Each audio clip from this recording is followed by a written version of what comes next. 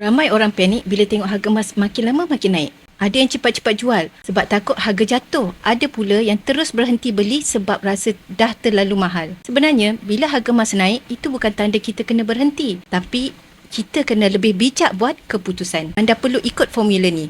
Pertama, jual emas jika dah capai matlamat keuangan kita. Contohnya, nak selesaikan hutang jahat atau nak alihkan kepada aset lain yang boleh bagi pulangan. Barulah sesuai untuk dijual. Kedua, kalau belum capai target simpanan, terus saja beli emas macam biasa ikut bajet masing-masing. Kunci kejayaan bukan beli masa harga murah, tetapi konsisten tambah gram selagi ada pendapatan. Dan yang ketiga, jangan fokus pada harga semata-mata. Fokus pada matlamat. Sebab dalam jangka masa pendek, harga emas ada turun naiknya. Tapi dalam jangka masa panjang, emas terbukti terus meningkat nilainya. Jadi, bila orang lain panik, penyimpan emas yang bijak akan terus tenang, tak terganggu dengan pergerakan harga emas. Ingat, siapa yang konsisten, dialah yang akhirnya akan kaya. Jom kita mula menambur emas sekarang sebelum terlambat.